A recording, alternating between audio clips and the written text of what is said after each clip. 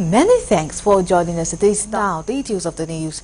President Bola Tinubu celebrates Nigeria's youth on International Youth Day, extolling their creative zeal and agency to drive digital adoption, trends and innovation in Nigeria and beyond.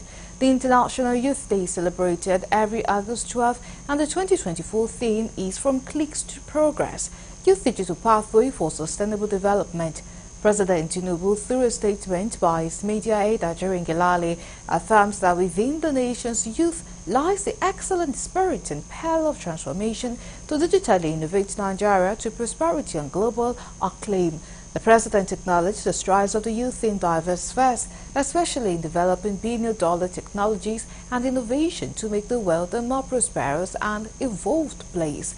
He salutes the Nigerian youth in Ebute Metta with only a ring light and a camera, creating legitimate income and wonders in amusement. There are young women entrepreneurs in Aba creating imitable fashion pieces, and that young man in Kano creating pathways for sustainable agriculture through agro-technology. President Tinubu states that it is in furtherance of harnessing the creative talents of the youth that his administration relaunched the Nigeria's Youth Investment Fund under the Federal Ministry of Youth Development, among others. President Bola Tinubu on Monday unveiled some compressed natural gas-powered buses at the Presidential Villa Abuja, acquired in line with his mandate to ease the burden of transportation on citizens occasioned by the removal of fuel subsidy.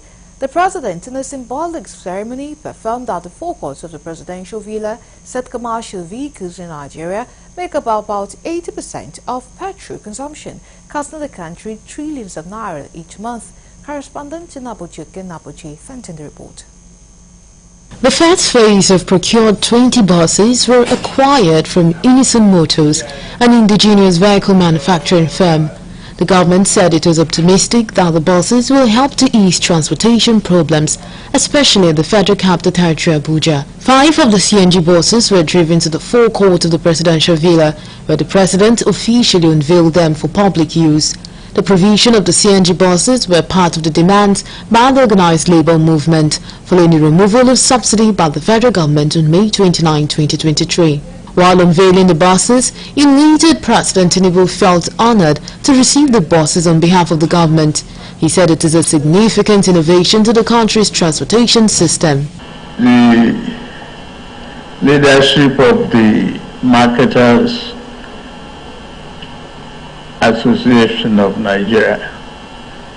I am very honored to be here. It is a great inspiration for me to receive these buses on behalf of the government, making a significant innovation to the transportation system. Utilizing natural gas to power our transportation industry. Chairman of the Port and Petroleum Product Marketers Association of Nigeria, Winifred Rakpani, described the unveiling of the buses as a game changer for the transport sector. She was happy to present the buses, which she said were designed, manufactured and delivered by Unison Motors, a Nigerian company in Nnewi. This is part of what we promised last year. We did say at least 50. Today we have brought 30 buses. Dapman has brought 20 and another large market has brought 10. They are not here right now, but it's a beginning. And you know that the 10 marketers is quite large. So we are hoping that this will also spur people to, go ahead and bring more buses, so that at least every state you go to in Nigeria, you should be able to see these CNG buses. A major shift in government's determination to transit, as has been promised by Mr. President since last year, a transition from fossil fuels to renewables, in this case the CNG initiative.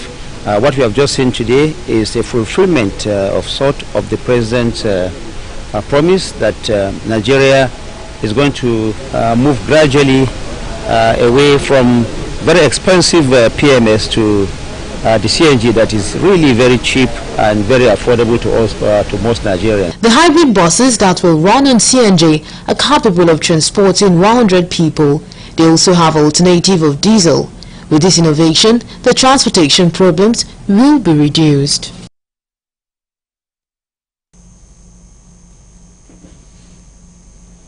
President Bola Tinubu on Monday in Abuja presided over a meeting of the Federal Executive Council preceded by the swearing-in of the newly appointed head of civil service of the Federation, Esther Didi Wosinjak. Addressing Wosinjak after she took her oath of office, Tinubu asked the new head of the civil service of the Federation to serve the nation with integrity and transparency. The president also paid tribute to the immediate past head of the civil service of the Federation, Folashade Yemieson, describing her tenure as exceptional.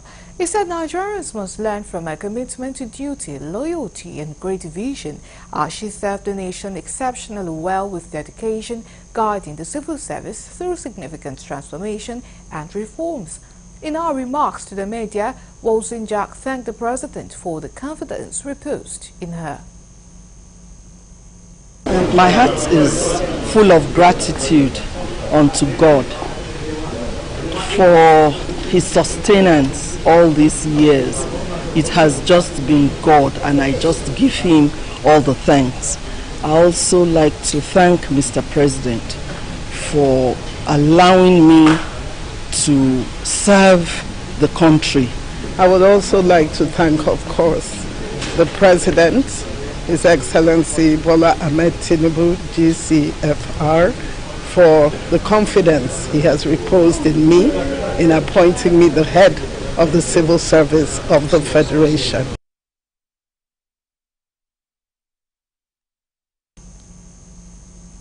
A joint committee of ECOWAS Parliament, led by Nigeria's House of Representatives Deputy Speaker Benjamin Kalu, is holding an oversight delocalized meeting in Abidjan, Ivory Coast on August 12th.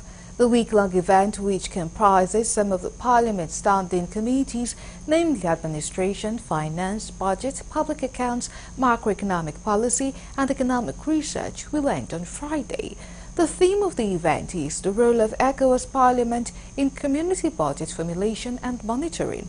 The Joint Committee was constituted and charged with executing the very important oversight activities bordering on the aforementioned schedules as encapsulated in the outlined community policy.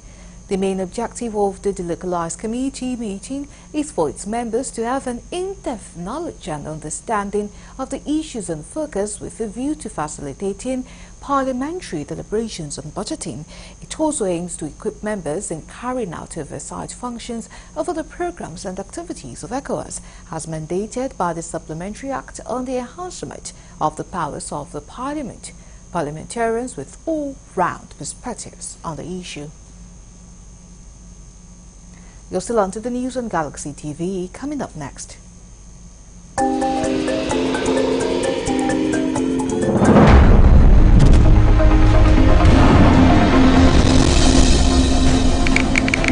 Leadership of APP condemns the devastating explosion as a secretariat to River State, leaving trail of destruction and fears of escalating political violence.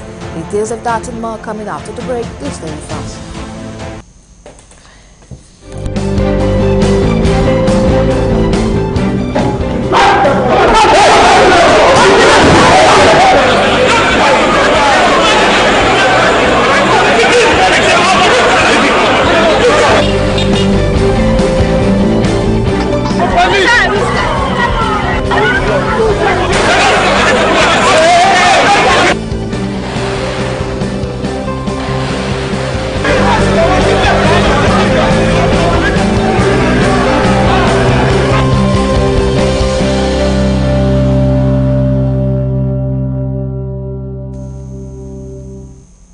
Glad to have you back. Now, for more updates on the latest news, please visit our website www.galaxytvonline.com. Connect with us on our X handle as Galaxy TV. Subscribe to our YouTube channel, youtube.com/Galaxy TV News. You can follow and interact with us on our Facebook page, facebook.com/Galaxy TV. Remember to follow and tag us on our Instagram page as Galaxy TV. You can also avail our eyewitness feature via WhatsApp. If you have breaking news around you, simply share your story by sending short clips or videos of the news on 0818-6666-669. Our social media platforms are user-friendly and can always accommodate your live updates and comments. The Inspector General of Police, Kayode Egbetokun, has refuted the allegations by the Nigeria Labour Congress that police raided his head office in Abuja. Speaking at the Nigeria Police Force Youth Summit in Abuja on Monday, Egbetokun disclosed that the police only targeted a specific shop within the NLC building, which was linked to a prime suspect in the #Bad Governance protests. The suspect, according to the Inspector General of Police, who was traced to the shop disguised at the bookstore, was also implicated in the Sudan crisis, just as he emphasized that the police did not raid the NLC office, contrary to the union's claims. To cooperate with the police and share information with the police. If you see something, you say something. All our officers have been trained to protect their informants. The DPOs, from the level of DPOs upward, they have a responsibility to protect their informants. Other stakeholders who attended the event also shared their insights and recommendations on the vital role of youth in governance and national security. They emphasized the importance of empowering youth to take leadership positions and contribute to policy-making processes, leveraging youth creativity, energy and innovation to address national security challenges, providing training and capacity-building programs for youth to enhance their skills and knowledge in governance. Because the police that they are using is the police of Nigeria, police by Nigerians, for Nigerians. There's no foreign Nigerian police. So the community has a responsibility under our law, under the constitution, 724, to assist law enforcement officials in maintaining law and order. It is mandatory of every citizen. We must recognize that Nigerian youths are assets to the nation. If we utilize them well, they will deliver. If we fail to utilize them, they will be hijacked and misused against our great country. As we commemorate the International Youth Day, with a focus on enhancing youth value for national security intelligence, this event is a testament to our commitment to recognize the pivotal role of young people plays in shaping the future of our nation. Meanwhile, the President of Nigeria, represented by the Minister of Youth, Jamila Biyu Ibrahim, emphasized that youth empowerment is not just a future investment, but a present-day imperative. The minister highlighted that young people are the driving force behind innovation and change, and their role in national security cannot be overstated.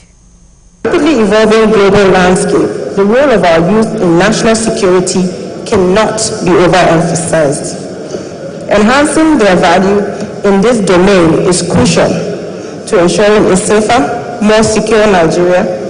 By investing in our youth, we are investing in our nation's future. That some agents of destabilization are ready to use the hardship protest to destabilize our country. I won't be able to share the details yet because we are still on the trail of these individuals. Some of them are already out of the country. They immediately escaped. Some of them are even foreigners. One of them was traced to the Labour House the other day, and I was just wondering why the noise about the raid on Labour House when the police didn't raid Labour House. We raided only a shop that the individual was using as a front and we have been monitoring his activities. He was very active in the Sudan crisis.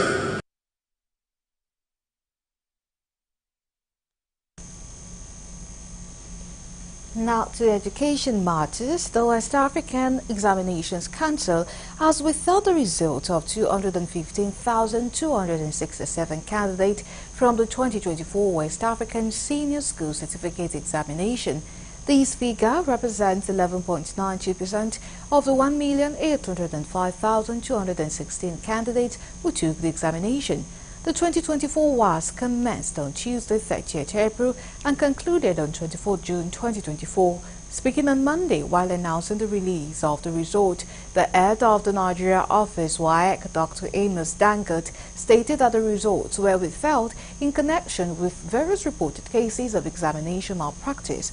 He explained that this figure was 4.37% lower than the 16.29% recorded in the WAS for school candidates in 2023.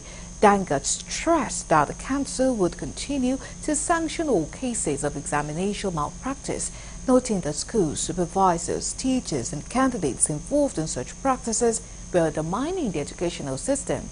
Dr. Dangote also revealed that 73.79% of candidates obtained credit or above in the minimum of any 5 subjects with or without English language and or mathematics. These figures represent 1,332,089 candidates out of the total 1,805,216 who sat for the examination. Nigerian youth have been advised to celebrate the International Youth Day irrespective of the tense situation in the country might be. This advice follows the call of the National Youth Council of Nigeria (NYCN) announcing cancellation of this year's International Youth Day celebration in solidarity with the #EndBad Governance protesters who recently lost their lives. In a day like this, we should try and celebrate the innovative ideas of Nigerian youth. The technology skills that have changed the economy of the country through the youth should be celebrated. The youth are doing very well in nation building. An average Nigerian youth is resilient and have belief in this country. So to now say that the day should not be celebrated because we have lost some heroes. Yes, to every hero that we have lost as a youth constituency, we have always been paying our tribute and respect to them. But however, life must continue, and those that are alive, that are doing greater things, should be celebrated. Since Nigeria is not the only country going through tough times economically, Hamid White, Chairman of Ogun Youth Assembly, advises youth to consider other means to make their grievances known to the government instead of protest with unpredictable outcomes. Several ways we can engage the government. We can go through civic engagement, through dialogue.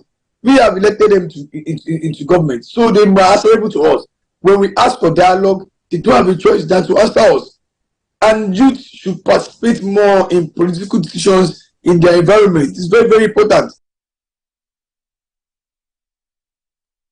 As the world celebrates the International Day of Youth, Nigeria loses most of its active workforce to brain drain. While very little could be done to convince the youth to stay back in the country, they are advised to bring wealth back home to develop the country. I would not condemn the youth that are leaving the country for greener pastures, but I just want them to note that as they are leaving the country, they should not forget that it is still their responsibility they have responsibility to the development of the country. Whatever we are gaining over there should be taken back home to rebuild our own country. Let us synergize with the youth that are in the country that have not left, because we need ourselves. Nigeria still remains our motherland. It still remains our country, and it's only our true patriotism that can drive the country forward.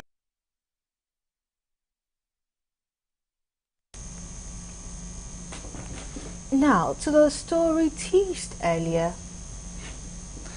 The leadership of the Action People's Party (APP) at the national level has condemned devastating explosion at a secretariat in Rivers State, leaving a trail of destruction and fears of escalating political violence in the state. APP, which is relatively new in River State, gained attention recently after securing and decorating a building in the eyebrow area of Port Harcourt to host the secretariat. National chairman of the party, Uchenna Nnadi, who spoke in Port Harcourt after inspecting the level of damage at the party secretariat in company of the state chairman of the party, Sonny Wokekoro, and the River State Commissioner of Police, Olatunji Diso, described the development as an act against democracy. Chairman of the APP in the state said the party is not deterred by the threats. If anybody, those who have done this, have thought that this would deter us, unfortunately, it has given us more resolve to go on to do what we're supposed to do, because it's a clear indication of defeat on their side. It's a clear indication that we are doing the right thing, and we will not be deterred in any form at all. This barbaric act, this uncivilized act of people who think that they are reservoirs of violence, who think that they are reservoirs of knowledge, who think that River State must control whatever they want or whatever they interact. It's really a sad day for democracy. We condemn it in its strongest term, the act of bombing our River State chapter secretariat. It is a heinous act. It is an act of terrorism. It is a treasonable act. The national chairman of the party also stated that those behind the attack were afraid of the APP in the forthcoming local government elections. As the River State Police Commissioner, Tunji Diso, affirmed that the police have launched an investigation into the matter. The River State Police Command have since deployed 2 security vehicles and personnel to the scene in the new GRA. The truth of the matter is that PDP is emptied into APP. They're totally empty. And the earlier they understand that, the better for them. We are not deterred in any way. We are not deterred in any way. We're only asking that the governor of River State, he's been doing well, and he swore an oath to uphold the laws of this land, to defend life and property, and he's doing that. You know, I heard about this yesterday, and we deployed our teams to come here and take charge of the area. The bomb squad have been sent here, and I'm waiting for their report and moving from now. But most importantly, everybody have to take their security very important. Like I quickly sent in our officers in here yesterday, because anywhere there is explosion, there is likely to be a second one. So usually we move people away from that. We as a party, we are not deterred. We are sure that they are getting the signal of Rivers people joining our party in preparation for the forthcoming local government election, and they want to undermine this good policy of the amiable governor of Rivers State, who wants to conduct local government election. These people at first, they said that conduct local government election. The governor sets plans in place to conduct local government election.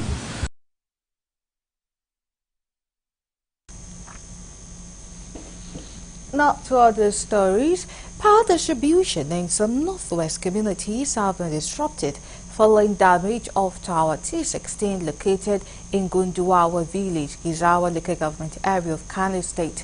The Transmission Company of Nigeria, in a statement by its General Manager, Public Affairs, Ndidi Mba, confirmed the incident, stating that a trailer carrying a container drove into the base of TCN's tower located in Gunduwawa village, Gizawa local government area of Kano State on Sunday, destroying the tower and causing outage in several communities in the northwestern parts of the nation. According to the statement, the Kano Adejia 132 kV transmission line tripped, losing about 16.6 megawatt, adding that trail reclosure of the line to enable continued bulk power supply failed, prompting the immediate dispatch of a patrol team to survey the line. The company said the team found that a trailer truck carrying a container had hit Tower T16 situated in Gunduwawa and destroyed 2 legs of the tower, causing it to buckle and fall. The incident caused a tripping of the line, cutting off supply as the tower fell on the container and hit a nearby residential building, damaging a part of it. Although no life was lost, The incident has been reported to Gizawa Divisional Police Station and the driver has also been detained. TCN pledged to do everything possible to quickly dismantle the damaged tower, re-erect a new one, and restring the lines to enable the resumption of bulk power supply to the two substations to enable the DISCO off-take power for its customers within the affected areas. The federal government has vowed to crack down on substandard school building constructions across Nigeria, urging stakeholders including State Universal Basic Education Board (SUBEBs) to ensure quality delivery of school building projects. The Executive Secretary of UBEC, Dr. Amit Boboyi, made the declaration during a training session for staff of the Commission's Department of Physical Planning in Abuja. The training, held in collaboration with the Nigeria Building and Road Research Institute, NBRRI, and Tectonic Engineering Group, was designed to enhance quality delivery of projects using simple tools for on-spot assessment of project sites. Oboyi emphasized that the Commission would no longer tolerate shoddy execution of projects and warn contractors about the risk of delivering substandard school infrastructure. Professor Samson Duna, Director General, CEO of NBRRI, commended UBEC's proactive steps to prevent building collapse, especially in school buildings. He explained that the training program would enhance UBEC training technical staff to visit sites with tools to verify the quality of construction materials. Government, in partnership with the SUBEBs, that are our own corresponding agencies at the state level. And we always make this as a point, and I think I try to emphasize this point, that basic education, what the federal government is doing as far as UBEC is concerned, is to create UBEC as an intervention agency, not as a management agency of schools. Collapse has become a trend that needs to be fight at every perspective. Part of what you are doing today is to guide against building collapse. So I want to congratulate the entire management of UBEC to have come up with this wonderful idea of this training. What you are doing, it will go a long way in safeguarding our structure. You agree with me that building is like a human being. It has legs, it has footings, and it has head. It has the body. The footing is the foundation. The legs are the columns and the slabs.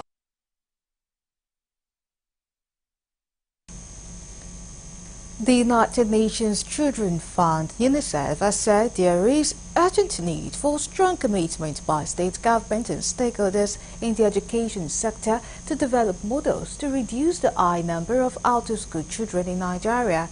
UNICEF education specialist made the remarks at a two-day regional stakeholders meeting on out-of-school children and retention, transition and completion models for Southwest states. Correspondent John Felix completes the story.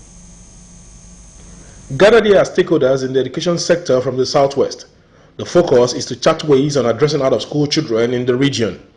Speaking on this development, UNICEF's education specialist said the number of out-of-school children in Nigeria was alarming, stressing that there was a need to build multiple learning pathways to tackle out-of-school menace in the country and retention, transition in secondary education. We are particularly interested in this meeting on those who are at the risk of dropping out and at the risk of not actually completing secondary education, especially for the southwestern states that we know that have high percentage rate of children who are in schools. So their issues here are actually around retention, transition and completion of secondary education for adolescents between the ages of 10 to 12 to 14 years or 18 years of age.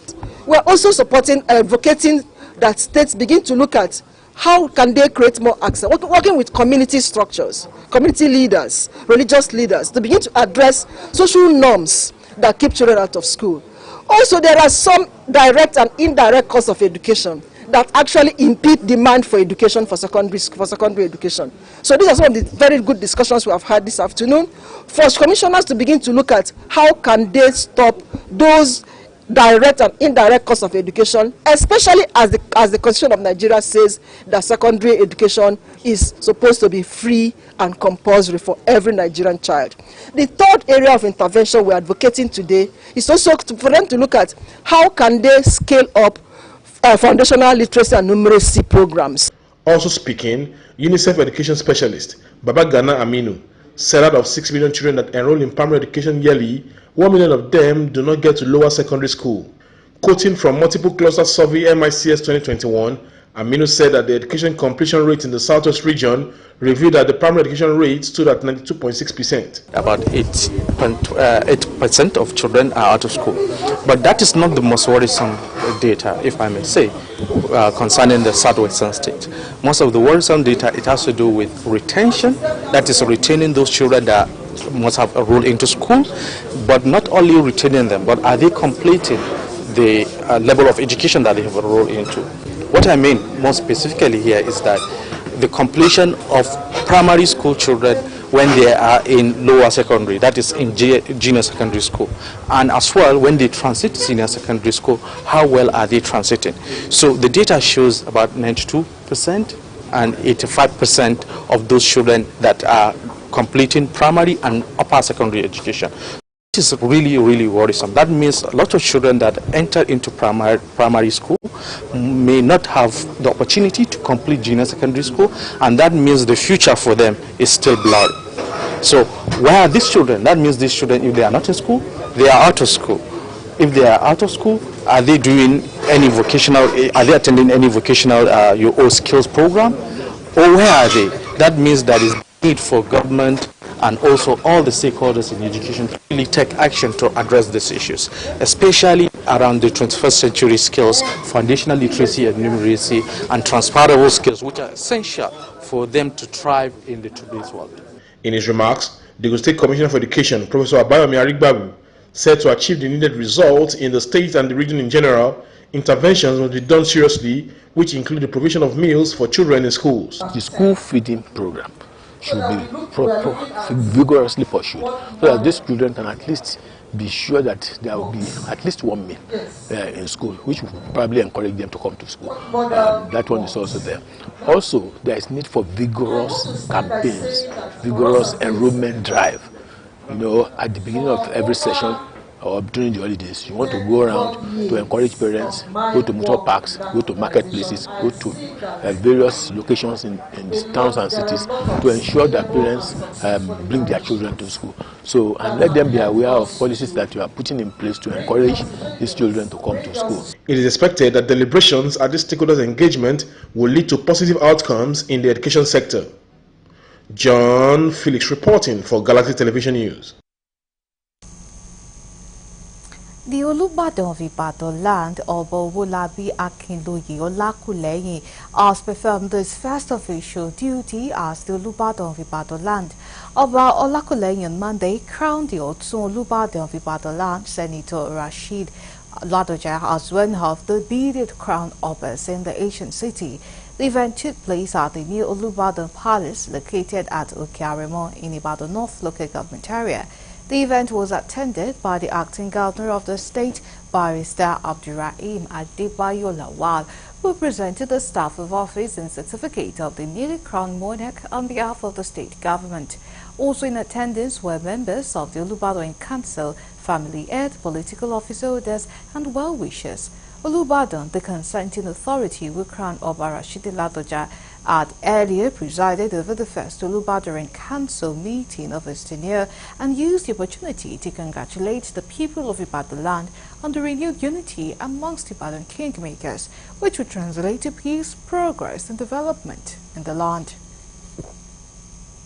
In exercise of powers conferred on me by Section 28(1), Cap 28, Volume 1 of the Chief Law of your State of Nigeria, 2000, and any other powers in that behalf, I confer on you the title of His Royal Majesty, Oba Senator Rashid Adebayo Ladoja, the Otun Olubadan of Ibadan.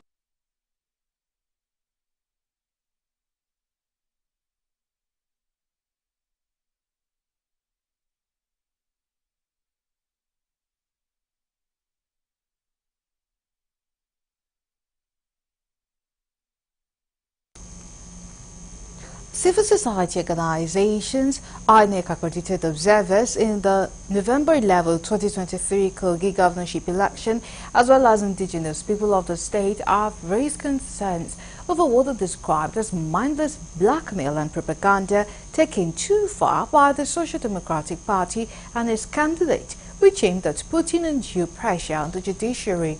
The group specifically noted that the continuous attack on critical stakeholders, especially in Independent National Electoral Commission (INEC) and the judiciary without evidence, should be seriously condemned by well-meaning Nigerians as an attack on Nigeria's democracy and the rule of law, stressing that such attacks should not go without security agencies arresting and investigating people behind it. At the joint press conference on Abuja in Monday, the coalition said it was condemnable that despite ongoing court processes after the election, the SDP had resorted to self-help by deriding and ridiculing the judiciary in the public space. As a civil society organization, where we comment on matters of such is where it concerns and affects the people, the Nigerian people, with particular reference to the incessant attacks on the judiciary. And you know, judiciary is the last hope of common man. So as a group, we are using this opportunity. In fact, that is the reason why this joint press conference is holding, to condemn in earnest and in its entirety the attacks on the judiciary. Also speaking on behalf of some of the observers accredited by INEC for the election, Emmanuel Oluwasegun commended INEC for conducting what many describe as the freest and fairest election since the creation of Kogi State. He said while the SDP performed well in the senatorial district of its candidate, but poorly in two other senatorial districts making up the state, its key leaders had continued to pollute the political atmosphere over their failure to secure victory. We therefore wish to correct the half-truth and outright falsehood these people have done in recent days, obviously with the intention to intimidate the judiciary ahead of the Supreme Court judgment due to happen on the 16th August 2024. As a responsible stakeholders in the Kogi State project, we are disturbed, worried, and therefore compelled to speak out, to voice of reasoning, and shout out to the public, especially the security agent, the always secret threat, frustrating defamation and intimidation by some politicians who have continued to dish out falsehood to create clashes that may turn the fragile peace of Kogi State.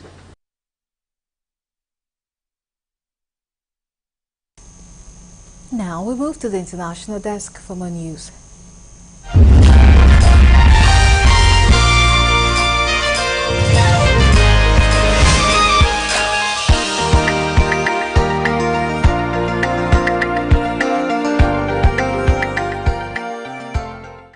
Hello and welcome to the foreign news. A children's hospital has been evacuated as hundreds of firefighters battle to contain a major wildfire near Athens.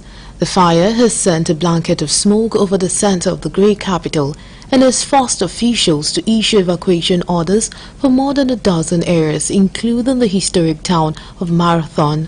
Fire officials said the military hospital was also being evacuated. In an update, authorities said 29 water-dropping planes and helicopters were being deployed in waves as the blaze burned through forest and vegetation on the northern fringes of the city. Local media reported 2 firefighters had been slightly injured, while several civilians were being treated in hospital for smoke inhalation. At first light on Monday, more than 500 firefighters and 16 teams of firefighters specially trained to combat wildfires were battling the flames. Russia is evacuating residents from a second border region as Ukraine continues its surprise week-long offensive inside the country. Some 11,000 people in the Belgorod region had been moved Russian media reported, because of enemy action near the border. Belgorod lies next to Kursk, where Ukrainian troops launched a surprise attack into Russian territory last Tuesday. Ukrainian forces have since advanced up to 18 miles into Russia, the deepest incursion into the country since Moscow's full-scale invasion of Ukraine. Kyiv claims thousands of troops are involved.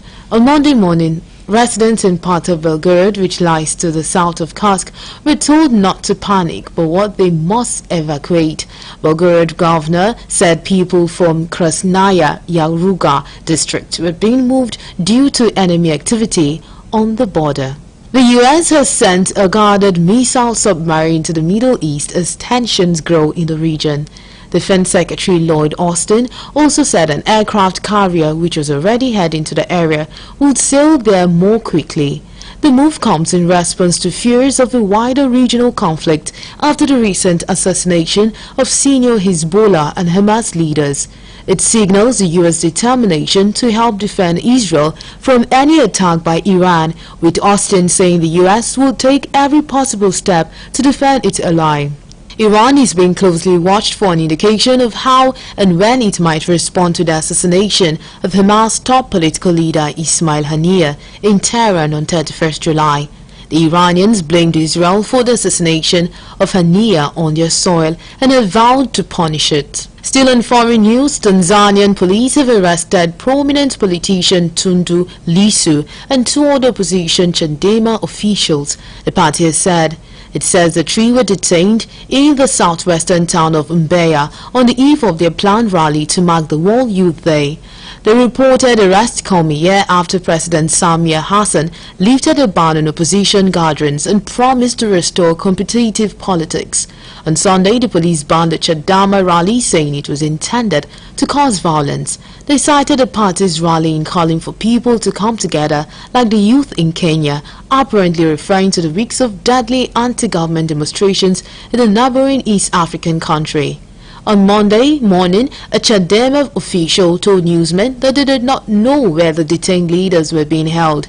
The police have not officially spoken about the arrest. At least 21 people are now known to have died after a landslide at a massive rubbish dump in the Ugandan capital, Kampala, police have said.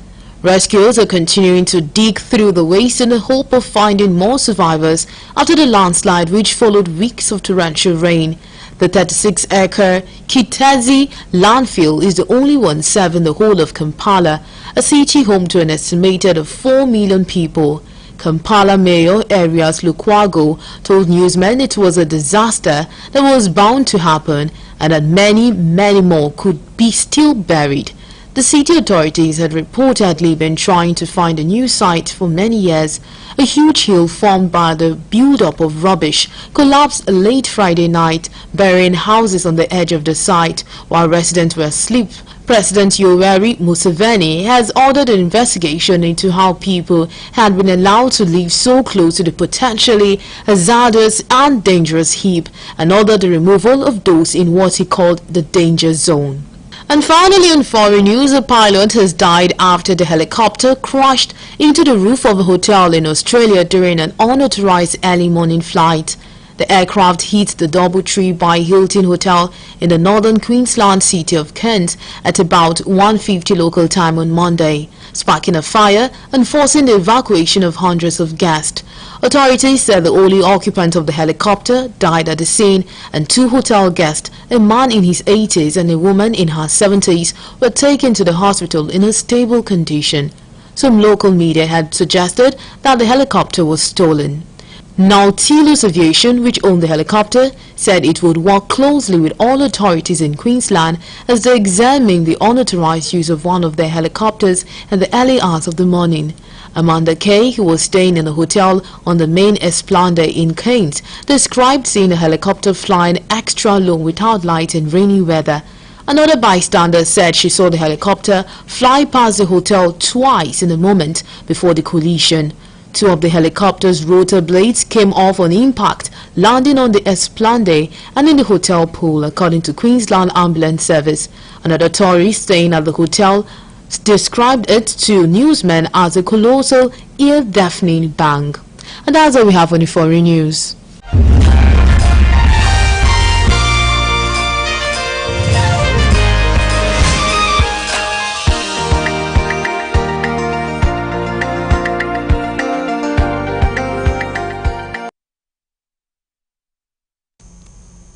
Coming your way next, entertainment news.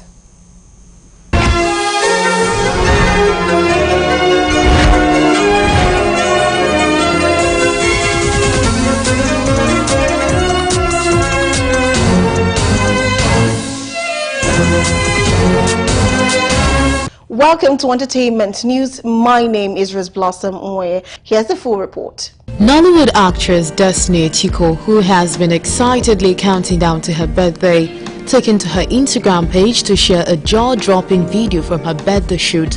Destiny noted how today marks the celebration of an extraordinary queen, a woman of charm, grace and strength. She urged her millions of followers to join her in celebrating this special day with joy, love and all the enchanting moments that she desires. She stated that she embarks on another year of her life's journey. She prayed that she be surrounded by laughter, blessings and endless opportunities to shine brightly like the dazzling gem that she is. Destiny went on to cheer on herself as she called herself a true queen in every sense of the word. She proves that it pays to be good and kind, as a movie star has been receiving an outpour of love as she marks her birthday today. Taking to her Instagram page, Destiny shared a screenshot of a 3 million naira credit alert she received from one of her brand's bosses.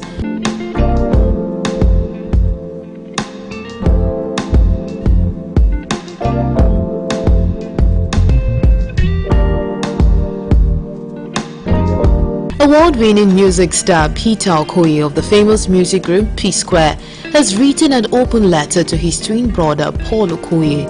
It is no longer news that the famous twins have fallen out again following undisclosed reasons. Speaking out via his Instagram page, Peter let his twin brother know that he was not in any competition with him or anybody else. He stated that seeing him grant several interviews where he constantly discredits his efforts in a group they both created and built speaks volumes. He noted how Paul said in an interview that he wrote 99% of P-Square songs and the only one Peter wrote was a failure. In his second point against him, Peter noted how Paul always uses a singular pronoun when discussing a group, while he, Peter, always uses plurals.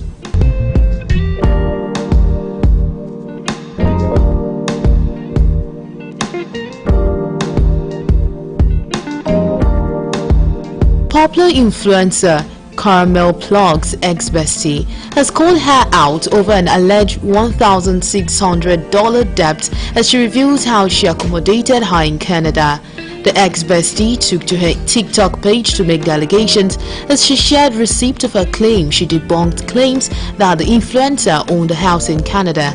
According to her, she housed Carmel Plug when she came to Canada and stayed for 3 days, and she had paid $1,600 for the accommodation. However, towards the end of her stay, Carmel Plug decided to fight with her so she doesn't have to pay the money.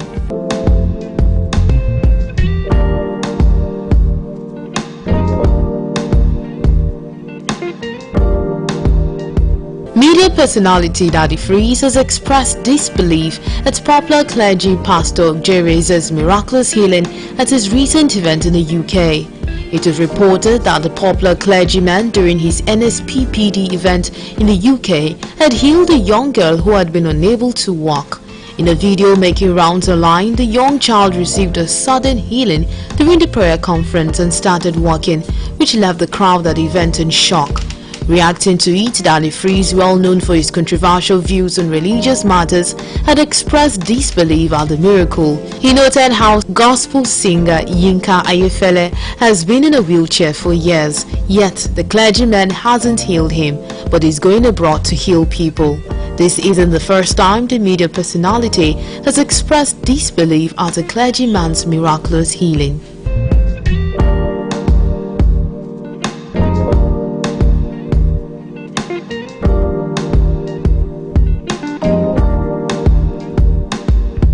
And that'll be all on entertainment news. Thank you so much for watching. My name is Rose Blossom Mwe. Bye for now.